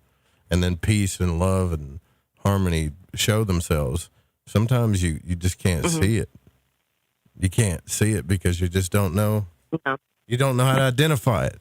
And it's hard to accept, and it takes time to accept sometimes. But I think it's worth the shot. It's worth the risk. Look at what she said. I've been under a major reprogramming for 6 months. What did we just talk about? October was tied to April. Yeah. So she's in alignment. That's good. Yeah. That's good. I wouldn't say I feel like I'm in alignment, but like you were saying, Gemini's been dealing with health stuff. Like I just recovered from a facial spider bite and stuff, but there's definitely been change. And like it is stopping and smelling the roses, so to speak. Honestly, yes. May I suggest for you a couple of holistic things? Of course, I'm not a doctor, so do your own research. But when it comes to any kind of eruption or bite or attack or infection or breakout or something that involves our skin is our largest organ. May I suggest that you do some research and or up your intake of a good non-dairy probiotic? So not just acidophilus, not just eating yogurt. Like there's a company called Jarrow Labs that does a really good non-dairy probiotics. In other words, it doesn't have to be kept in the refrigerator, like it can be in your car, and you want to take your probiotics when you're emptiest the longest. I take mine last thing at night, and then increase your D3. A lot of people keep saying vitamin D, but it's D3 that resets everything and ups your immunity. So I'd like to, if you've not got those on a regular thing in your cachet of holistic habits, I'd like you to introduce that, especially coming into the autumn winter seasons, and maybe think about buying some like what's coming in fresh now. I can't wait for the cranberries to come out, but the frozen or the fresh cranberries, and maybe just make yourself a homemade cranberry sauce. It's so easy. It's like cranberries and an orange and sugar, and that's it, and boil it till they pop and mash it all up like mashed potatoes. That's really good to rebuild. The skin's tied to the urinary bladder, kidney thing. So that, again, that's Libra. That's what Libra rules. So, Aries is the faith. Yeah. So that, I'd like you just to kind of toy around with that and do some research on that. All right. Oh, definitely. I greatly appreciate it, Mary. Thank you guys so much for everything you guys do. You're very welcome. Thank you for calling. Happy Halloween. Hey, well, no, this is not the first time you called in, but shoot. I was wanting to give away them tickets, but it's going to have to be a real special first-time caller tonight. All right. All right. 1-800-588-0335. That's the call-in number if you want to get your reading by Mary. Man, one just came in and left, and there's another one. I feel sorry for, honestly, some of these people that call in and their call drops or something. Anyways, here we go. 248 area code. You're on the air with Mary Dusina. Who are you speaking with? This is Brent. This is Brent. Okay, I know which Brent this is. What's up, Brent? I just want to fawn over Mary Dusina. I am so glad that we connected on Facebook. Thank you. Hey, Mary, I want to ask you a couple questions. Okay. I don't want a card reading. Okay. Is that okay with you, Mary? You good? Absolutely. All right.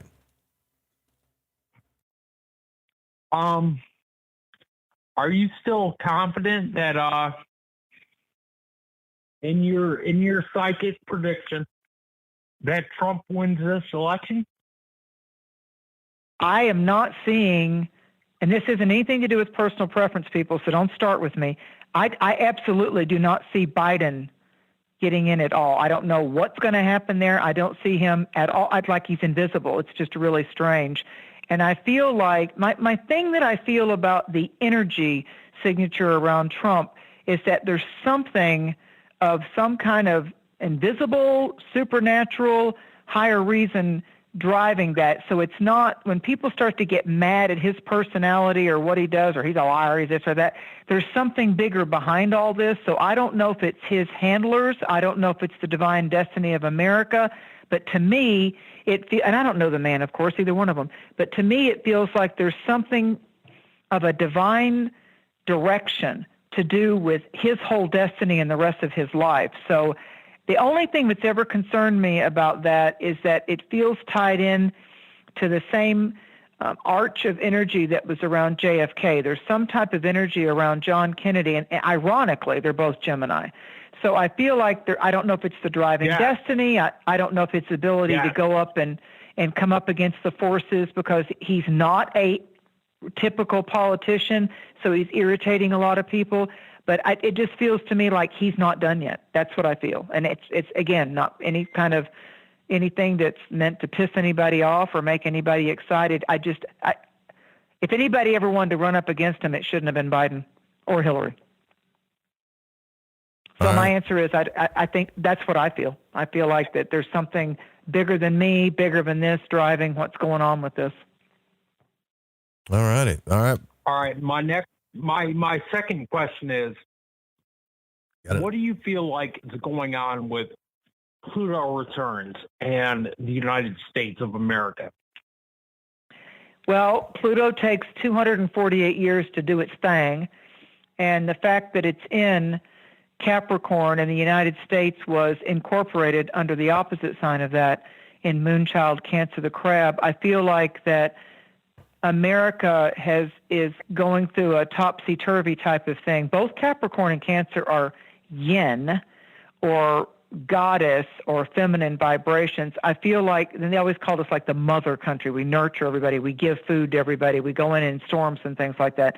I feel like that this Pluto return is making America, in a sense, what we were talking about with Libra, you can't put so many irons in the fire out there that you're letting your own country get depleted. So I believe America's been getting their comeuppance about charity starts at home. What about the homeless here? What about the original First Nations people here? What about the people here that need to get off the streets and be fed and get off of, drug programs and things like? It's almost like what I feel the psychic reason is with this Pluto return is take care of your own. It's time to take care of whether that's the veterans or the elderly or the orphan children or children falling through the system in foster homes or sex trafficking. I feel like that we really need to clean it up at home. That's my biggest take on it so far, but I'm studying that for 2021 because it's a big deal next year about tighten it up with us. That helps? Do you feel like there might be an attack on this country? The only thing that's come into my psychic thing about that, and again, I'll say cancel, is I've had a concern. Joe knows I've been talking about the Aquarian factor and space fence, space wars, space force. I'm concerned about direct energy weapons coming in from other countries that don't like us, that are based with orbital satellite types of things. I'm concerned about. And there's a lot of damn secret satellite programs going on right now amongst the ones that are open. So I'm concerned about Star Wars, Space Wars, as far as what we think about with like super soldiers or AI. Like I see less and less humans going to war and more to do with AI and tech and above our heads. I'm concerned about what's going on above our heads. And so in my meditations, Brent, in my prayers, my ceremonies, and my meditations, I know next year my work is directed toward the upper heavens. I'm doing a lot of stuff with the star nations and the star beings, and I will be out through the 21st with these meteor showers and the asteroids going by, talking to them. I'm busy with the upper worlds right now. I mean, I'm busy with that because it's above our heads, and I believe that all of us as light workers, we get real caught up on our beautiful Mother Earth, but I believe we need to also be blessing our particular galaxy, our space system, because there's CERN and there's HARP and there's the orbital satellites, and I believe we need to be thinking collectively as a species to bless our human soul dynamic. It's big. It's real big stuff. And I've got more. I get a lot of stuff that comes in, Brent, when I get closer to January. I get my year-end stuff. I usually pay attention to that real strong between Yule and New Year's. So I'll be getting more stuff. Well, I hope that helped answer your question there, Brent. We got to take some other callers. Some good stuff. Okay. I know he's been asking about Pluto returns for a while. He's called in and asked me about it, and I'm, not very advanced as far as that type of astrology goes. It was a good question, though. All right, here we go. Next caller. Pluto he's right, though. Pluto is the lord of the underworld and death. Mm-hmm. And when we do our Capricorn show, like when we get into the Capricorn season, I'm going to talk a lot about that because it's a big subject. So that's coming. It's coming. Yeah. It's just not, the whole Capricorn thing, the envelope opened up December 28th of last year, and certainly with our historic, iconic Pluto and Capricorn stuff this year. But so, it's a big subject, and I'm not done with it, Brent. I'm not done with that subject. Okay, so more to come. Let's take this next caller here, 586 area code. You're on the air with Mary Dusina. Who are we speaking with? This is James again. James Salcido. Well, you got the question for Mary, or do you want her to pull a card? Card would be fine. Okay, I have in front of me a 3, which is the pulsations of creativity, and it's the 3 of Wands. Now, wands, as I have taught and studied the tarot, just to little old me, the wands have rulership over the season of autumn. So there's a lot of 3, numerology, creativity, and a building, like you're not on the foundation of the building. There's like other floors being built now. There's like, the rooms are being built and the walls are up because, Capricorn has a lot to do with the outer foundation. This has to do with and there's butterflies all over this card. There's think of the 3 of Wands as kind of like a light torch. So it's like there's light on your path to have creative, imaginative manifestations of things that you're now moving to the top 3 of your priority list. So I feel like there's been a shift in how you started this year with what your top 3 on your top 10 list, the top 3 most important things. I feel like that Spirit's wanting you to just focus on, okay, tell me your top 3 things that you want to get solutions or resolutions to. Focus on just that over the next 3 months. There's 3 signs. and autumn. You know, we have Libra, Scorpio, Sagittarius, and then at Yule we switch to winter for the winter signs of Capricorn, Aquarius, and Pisces. So for these 3 signs, for the Libra season, which we're in, so you're in alignment with the phases. So for Libra, Scorpio, and Sagittarius, dig your heels in to focus on the top 3 things of importance in my life now that I want to give creative juice to, that I want to fuel with my faith, that I want to have due diligence with are. So don't think about all 10 things on your top 10 list. Pick your top 3 and then get at it. Stay with it. There you go, James. Thank you. Thanks for your call, brother. You're welcome very much. All right. No problem. Going back down the line again, back to the top of the row. 1-800-588-0335. That's the call-in number. Let's see, 563 area code. You're on the air with Mary Dusina. Who are you speaking with? Hey, this is Steven from Illinois. Steven from Illinois. Have you called into this show before? I don't think you have you? No, actually, it was the first time. First time caller means that you won 2 free tickets to the Fringe Fest, brother. Wow. Congratulations. Oh, yeah. Wow. Cool. I was thinking about buying that. Well, Cool. now you got the Thank free you. ones. So there you go. That's The one ticket for tides you. of destiny have blessed you. Ticket for somebody else. Now, Yes, hang out definitely. on the line here, if you don't mind. And Sure. after Mary does her thing here for you. So do you want Mary to pull a card for you? Or do you have a question for her? I was looking forward to maybe getting a card pulled. All right. Well, actually, 2 of them from my little circular tea leaf cards fell out at the same time. One of them, these are great cards, by the way, Joe. The moon is speaking about changes in your life. The one that fell right next to it was a chain, and they're showing that a chain is finally, like a leash, is finally being broken, and you're getting free of something, a chain of events that will affect your life. The moon always has to do with your inner school, intuition, what you're learning on the inside of you. Separate that word, in-tuition, inner school. So I feel like that this card did the visual of a chain, but a chain or a leash or a tether, like a yard dog on a chain type of a thing, you're not chained anymore. It's like in psychology, they call it the anima or the animus, the yin and the yang. So the intuitive, magnetic, private, quiet, internal side of you is where your answers are coming from right now. The fact that you got the moon and you're just won 2 free tickets on a super new moon. The new moon goes in that 28.5-day cycle, so it's new moon to new moon. In between will be a full moon. So the new moons are the planting of the new, fresh momentum. So Libra's about artistic creativity, which fits.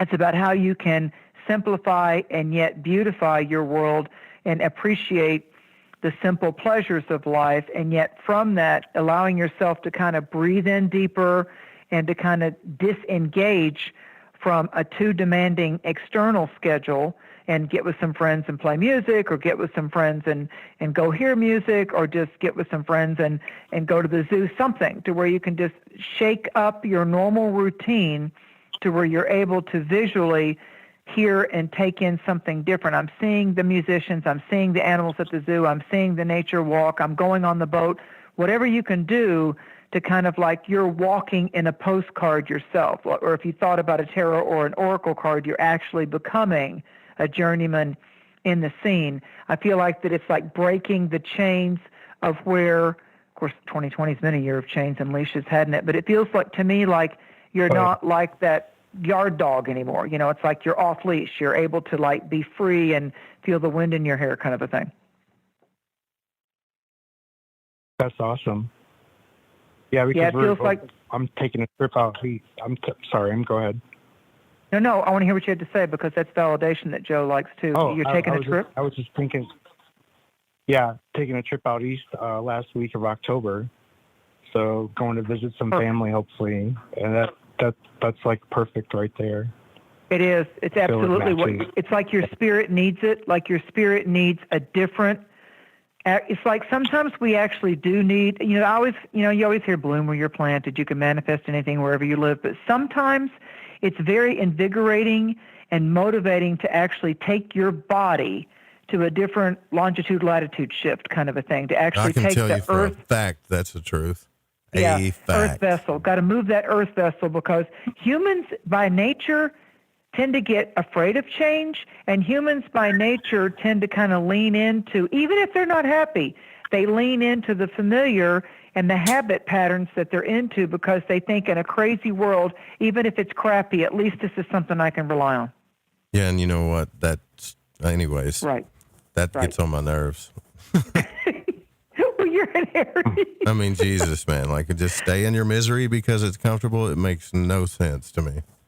But sometimes we have to see that. But Stephen, I tell you what, it I'm also sorry. takes a certain push, Joe. It also takes a certain push of self-motivation to go, dang it, I'm going to make a difference. I got to do this thing. I got you. We got to get some more calls here too, Stephen. So here's the thing. Like, if you can, I don't know can you just hang out. Can you hang out for 10 minutes? Because I didn't plan on this, actually. Yeah. All right. No. Or let me write your number down here Sure. real quick. Just hang out and I'll take this other call. All right. 479 area code. You're on the air with Mary Dusina. Who are we speaking with? It's Desiree. No. Desiree? Is that what you said? Hello? Desiree. Desiree. Okay. No, I heard it. Yeah, I'm from Arkansas. All right. More Arkansas people Desiree. listening. That's what I like to hear. Yeah, I've got two other sisters with me here in Northwest Arkansas, so we were wanting to sisters. See if you can do. Yeah. Yes. They're together. Yay, you're loyal, Joe. You're loyal. Your star sisters are here. That's so awesome. nice. You're loyal women. We're here. Okay, so I'm going to do this quickly then, and then Joe can get the number for the lovely guy that won the tickets. So Desiree, that's a pretty name. What I got for you is you've got a new medicine totem. You have the white dove, because you pulled the 7 of cups, and the cups have stars. Speaking of our meteor showers and our stars, and all of us as sisters, and light workers sending energy above our heads into the heavens, like sending some of our light up into the heavens, so it's coming in to the top part of our crown chakras, our upper chakras. The 7, of course, is a very, very mystical number. I mean, 7 primary planets and 7 primary chakras. And yes, are there other divisions of that? Yes. And 7 being the violet flame, Saint Germain, the healing transcendence of the violet flame. Certainly violet, purple tones are your color, Desiree, and working with Saint Germain and the healing powers of transmutational fire. There's a violet flame, and you can find a lot of that stuff on YouTube and on the internet, but get cozy with the violet flame, because it's Joel Andrews was one of the first ones that did a musical thing with a harp called the Violet Flame. So if you can even pull that up, I mean, that he reaches back into the 70s with that. He was so ahead of his time with that. And the violet flame is the higher frequency, that vibration that heals whatever it is that you don't even want to speak about. It heals the unspeakable. Do you understand that? Because it feels like you do. Okay. Okay, so the violet flame, and if you can indulge, whether it's a thrift store or a scarf, or watch the bargains start to happen with you finding that perfect shade of a violet purple purse or a wallet or scarf or tank top or undies or a bath towel, it's going to happen. And you may even be wild enough to go, I think because it's October, I might put a little bit of that temporary Dollar Tree color of violet in my hair a little bit. Trust me when I tell you, if you bleach your hair,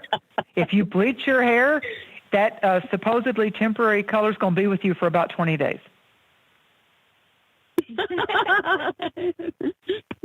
Somebody bleached their hair, didn't they? Or y'all were about to, wasn't you? Tell me why you guys are laughing about the purple. Because she will. Yeah, I don't know, because that's just never been one of my colors. That's interesting. It's new. So I it's need the to white explore. dove. Yeah. Well, and you can. Here's the way to explore with it. Here's the way to explore with it. It doesn't cost you any money.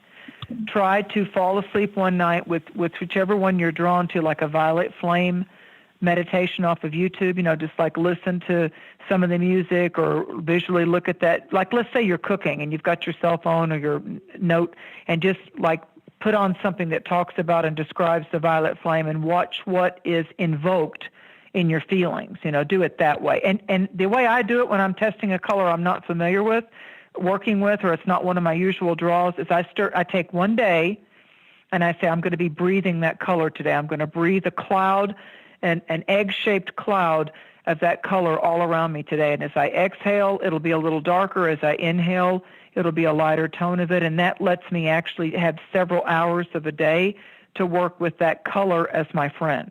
And then also to witness when you're doing that, how many people do you see showing up in purple or violet, or like it starts catching your attention, like, okay, you wait till it talks back to you. Like you start seeing it. It's like, whoa, there's a lot of people wearing purple today. We only got just a few minutes left here, y'all. So Okay. Shoot. I hope that helped you, because I got to take this next caller. All right. Yeah. Thank you for calling. Okay, thank you. All right, bye-bye. Bless you all. The stuff goes by way more, maybe faster than usual. All right, let's hurry. This is rapid fire time here. 501 area code. You're on the air. Who are we speaking with? Hi, Joe. Hi, Mary. This is Sammy. Hey, Sammy. Hey, Sammy. Ooh, I feel a business opportunity. Yeah. All right, go ahead. Just go on the reading. Okay, I feel like a new business opportunity. Something's going to pay off better than you thought. There's an increase around you in your material world, products, There's something you're going to discover. There's something that's going to surprise you, how popular it is and how it wants to sell, or you're going into a new venue or something, because it's like it's right in the same category of like a stork. News of a birth, news of some new birth in business, or some new birth in your personal life. It's going to be like the old symbol of the stork flying around going, oh, I'm going to hear about a pregnancy. Look, there goes the stork. The stork bringing the baby, kind of a thing. So there's a new baby and a new brightness of some kind. Rapid fire, new baby, new brightness. Sammy, thank you so much for calling in. I got to let this go. This one person's been waiting forever, so we're going to take this one. 502 area code. You're on the air. Who are we speaking with? This is Sarah from Kentucky. Sarah from Kentucky. Do you you have a question for Mary, or do you want her to pull a card? I actually have a question. Okay. So I'm a Capricorn, Libra moon with an Aries rising, and I feel like I'm going insane, especially with my 15-year-old son in this NTI crap, and just Louisville, Kentucky in general. So what do you see? Is there any messages that you can give me? What did she say your sign was? Listen to this, Joe. Say it again. A what? Capricorn conjunct Mars, and then I'm Aries rising with a Libra moon. It's got them all. Wow. See, well, I'm an Aries, Aries, Cancer, Libra, so I feel you. He's got the cardinal triad too. The card that I got for you, Sarah, is the High Priestess. So maybe you don't actually see it in your outer world, but you have such a powerful feminine goddess energy around you right now. You've summoned it, and on this particular card, you've got 2 crescent moons and a full moon above you, and she's like the winter queen, which Capricorn is, and in the suit of pentacles and the earth element in Capricorn, and you pulled the High Priestess. So the higher aspect of Libra is the High Priestess because of the cardinal sign factor, and I feel like you're literally drawing down the power of the moon like a magnet, and guess what your opposite sign is? Cancer, moonchild. And so you've got the Aries and the Libra and the Capricorn, but what I'm seeing coming around you is this moonchild, grandmother moon, Mother Earth I feel like if you'll just draw the energy up of Mother Earth, and when you get outside, whether it's windy or you're looking at the leaves changing, just say, Mother Earth, balance me, strengthen me, I'm breathing you. Grandmother moon, harmonize my emotions, my moods, and my feelings, and this feels important for you. Shield and protect me. All right. Have you been shielding yourself? We got one more we got to take. Okay. Answer the question? I don't even know how to do that, but thank you very much. Joe can help you with that too. If you don't want to do that, go to YouTube. go to YouTube and look up Frederick Xavier's Mystery School. Yeah. For sure. Shielding the Aura, yep. Shielding the Aura, the egg, or the egg of light. Yep. That's a really good one. All right, last one for the night is the lucky winner here. 563 area code. You didn't win, but you're just the last one. So you got lucky. 563 area code. You're on the air. Who are we speaking with? 563, Steven. Steven, that's right. Duh. Hold on. Nice to you. 360, sorry. 360 area code. You're on the air. Who are we speaking with? Oh, man, they just hung up. Well, it's just all you, Steven. No. Listen, Steven, congrats on winning the tickets, brother. So you're going to just hang out. I'm so excited. Yeah, hang out right here with me. I'm going to see them. I'm going to try this person one more time. All right, 360. You're on the air. Who are we speaking with? Aloha, this is Yvonne. All right, Yvonne, this has got to be fast because I'm down to like a minute. Do you want a question or do you want a card? Just in regards to a card. Okay, a card. Okay, you got the Three of Cups, so this has to do with the water element, Cancer, Scorpio, Pisces. I feel like that this is the Trinity. This is the Holy Trinity. And I feel like that this has a lot to do with the golden chalices, have to do with karmic reward, celebration, and it's an alchemical process of as you have given so much to others, now, like the 23rd Psalm, your cup is going to overflow. The Three of Cups is a marvelous card. So congratulations. I feel like that there is both material blessings and emotional harmony. Right on. There you go. We knocked them out. You got all the callers. Good. I hope. Thank you. And all you guys, like, if a call back, right? And let us know. And Steven's still hanging out there. Then congratulations on the winner. You got any final say-so to the audience tonight, Mary? I think about the reckoning. Think about refreshing yourself, restoring yourself, renewing yourself. And I like your word, Joe. I really do. Receiving, restoring, and reckoning. It starts with us. You are the magician. And I'll see you guys on Halloween, on my birthday. I'll see you. Yeah, you're going to see you, Mary, right? We're going to do the Fringe Fest. Oh, honey, I'll be in full costume. She's going to be, she's going to go, trust me, she's going to go all out. I mean, the tickets, forget Clyde Lewis, Jordan Maxwell, and all these other people. The tickets alone are worth seeing Mary go all out on Halloween. Come on.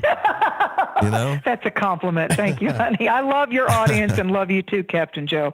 Thank you for everything. And high holy blessings by the great lights, by the great elders, our ancestors, heaven and earth, as above, so below. Thank you for our blessings, our shields, and protection. Good night. Have a good weekend.